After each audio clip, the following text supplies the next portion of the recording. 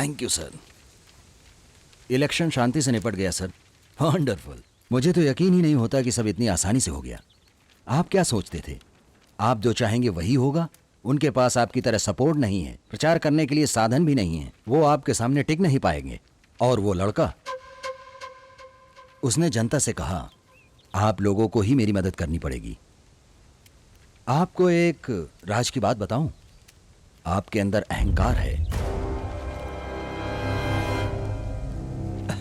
ये बात जनता समझ गई। उसने बड़ी चालाकी से समझाया। पहले लोग आपका भाषण सुनते थे, उस पर ध्यान नहीं देते थे, लेकिन जब शांति से सुनने लगे तो सब समझ में आ गया। कोई आपके पास आता है तो आप उसका काम करने की कोशिश नहीं करते जिससे उसके दिल को चोट पहुंचती है, लेकिन वो लड़का आखिरी दम तक लड़ता है। उसने हार मानना सीखा ही नहीं, इसीलिए हारता नहीं। वोटिंग बूथ तक भी लोग सोचते रहते हैं कि किसे वोट देना चाहिए, क्योंकि वो मानते हैं कि इलेक्शन से उसके भाग्य का फैसला होने जा रहा है। वो किस्मत वाली होगी जिससे उसकी शादी होगी। ओके सर, अब मैं हैदराबाद वापस जा रहा हूं, चलता हूं। ओह सॉरी, आपकी एक छोटी सी इच्छा पूरी करनी बाकी है। आपने जो कुर्सी बनवाई थी ना, जाने से पहले उसे छू कर जाऊंगा।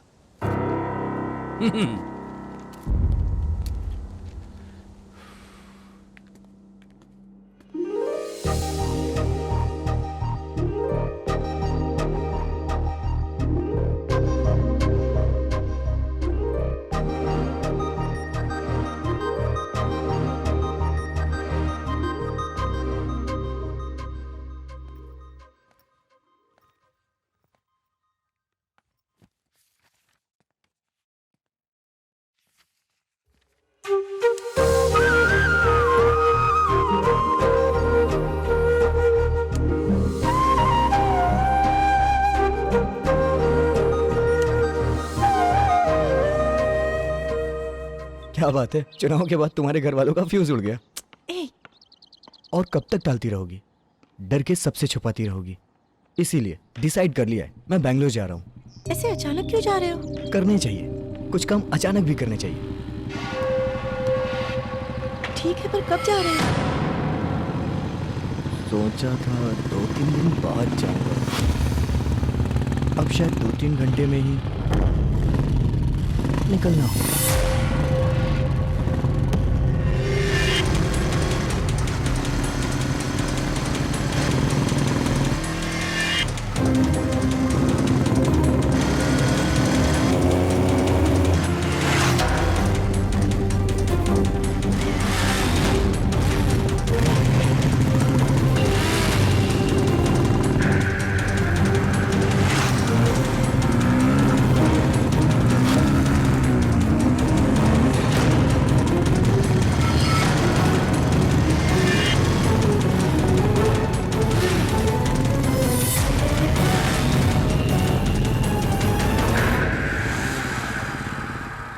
बाइक क्यों रोक दी फिर? अपना क्वार्टर? तू क्वार्टर की बात कर रहा है? यहाँ पूरी दुकान बंद होने वाली है। चल बैठ, अब उनके साथ रहने का कोई फायदा नहीं, कोई दूसरी दुकान देखनी पड़ेगी। चल बैठ। जान ले लूंगा इसकी। तू हट जा। टुकड़े कर दूंगा इसके। ये मोबाइल दे दे। क्या बोला तुझे? मैं कभी उसके साथ दिखेगी और जान ले लूंगा तुम्हारी। पागल हो गया क्या? आखिर हुआ क्या है? चुनाव में हार गए, बाहर इज्जत गई इसकी वजह से। जान ले लूंगा मैं उसकी, नहीं छोड़ूंगा। तो सही, आपको पता चलेगा तो आप खुद उसकी जान ले लोगे।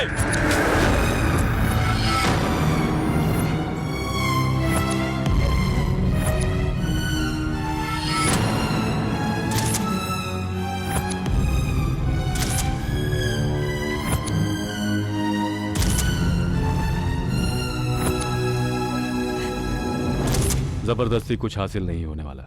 इस तरह के काम छोटे लोग करते हैं।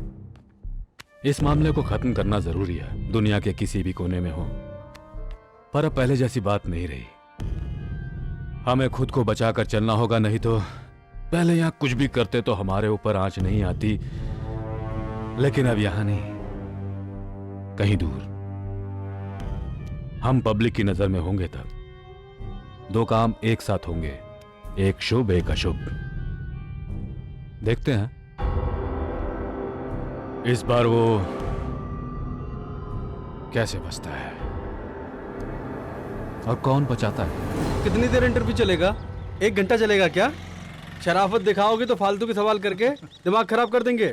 आंख में आंख डालकर देखना तो नौकरी समझ लो पक्की। क्या हुआ, ऐसे क्यों बैठा है ये कोई नई बात थोड़ी है।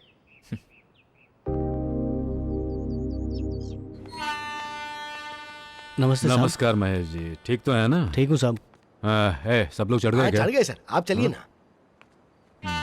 नमस्ते नमस्ते। चलिए।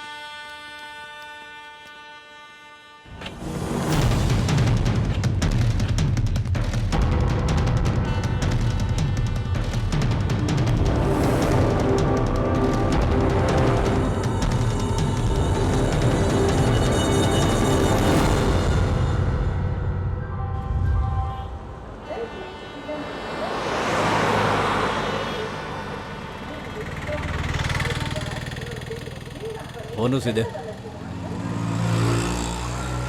वो सब तू मेरे ऊपर छोड़ दे। Hello hello. जो नीली शर्ट पहन कर आ रहा है, हाँ, खत्म कर दे उसे। ओके।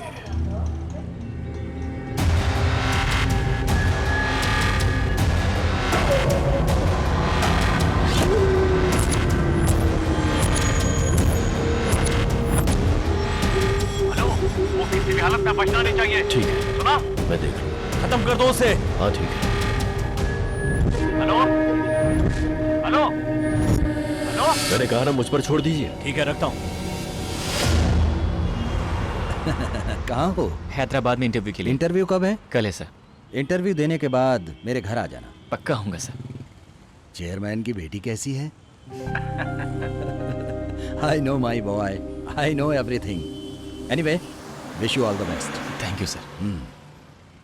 थोड़ी और खरीदारी कर लेगी ये सोचकर उसे साथ में नहीं लाए।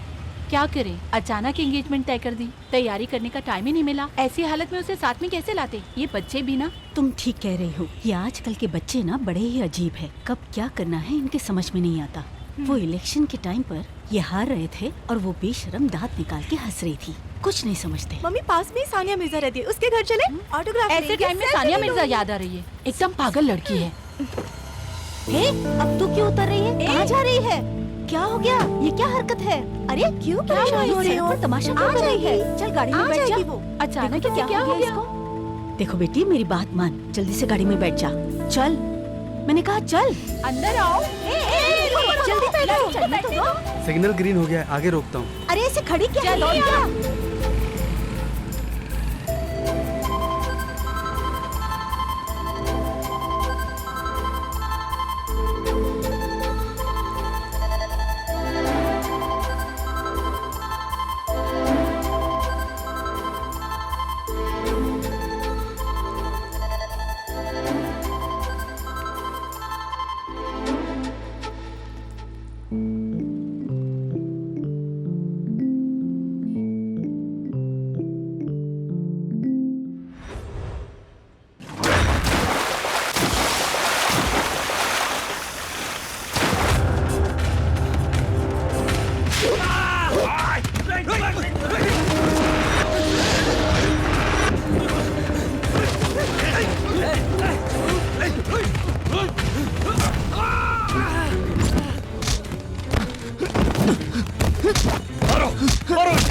और मारो और मारो।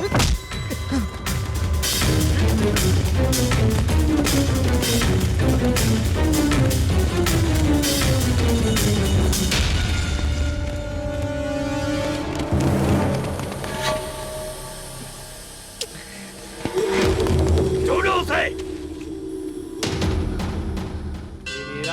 स्वामी रक्षाबंधन मुहूर्त सुमुहूर्तो अस्तु। हेलो। इस बार मैं उन लोगों के हाथ से नहीं बच पाऊंगा यार। किसी को बिना बताए अचानक हैदराबाद आना पड़ा। यहाँ तो तू भी नहीं है जो मुझे आके बचा ले यार। मैं क्या करूँ यार? यहाँ के बारे में मुझे कुछ भी नहीं पता। ये लोग मुझे मार देंगे यार। अभी कहाँ पर है तू?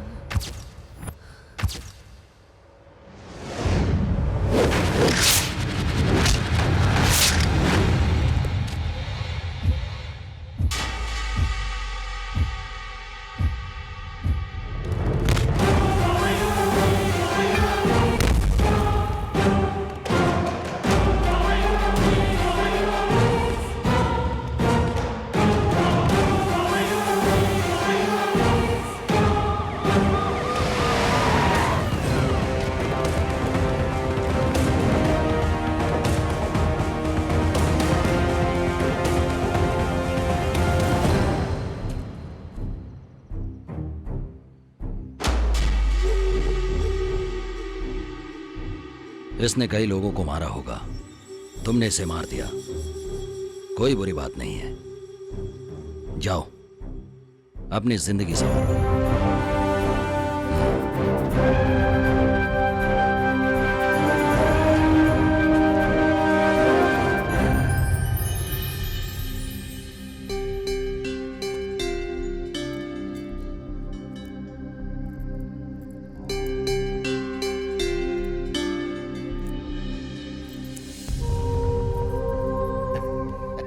ये क्या है भाई? टेंशन तो लड़के वालों को होनी चाहिए ना, लेकिन मैं तो लड़के वाला हूँ, फिर मुझे क्यों टेंशन हो रही है? देखिए, आप एमएलए हैं ना, तो धूमधाम से शादी करनी चाहिए थी ना। इतने सादे तरीके से क्यों कर रहे हैं? आपकी औकात नहीं है, उनकी चाल है। मेरे लायक कोई काम है? अरे तो जाने यहाँ से।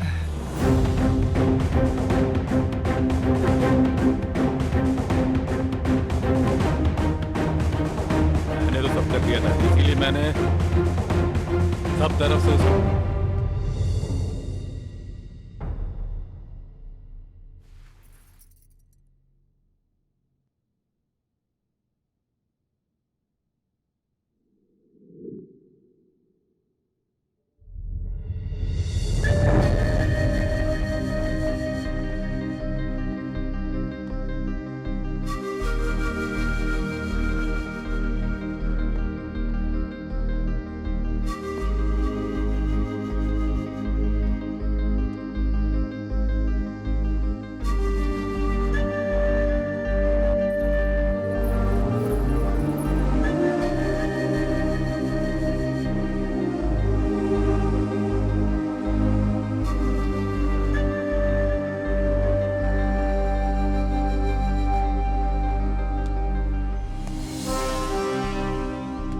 धमकियों से डर जाता तो और बात थी। कितनी कोशिश की पर वो हर जगह इसे बचाने पहुंच जाता है। अब सबसे आसान रास्ता यही है कि लड़की की शादी इसके साथ करके अपनी इज्जत बचा ले।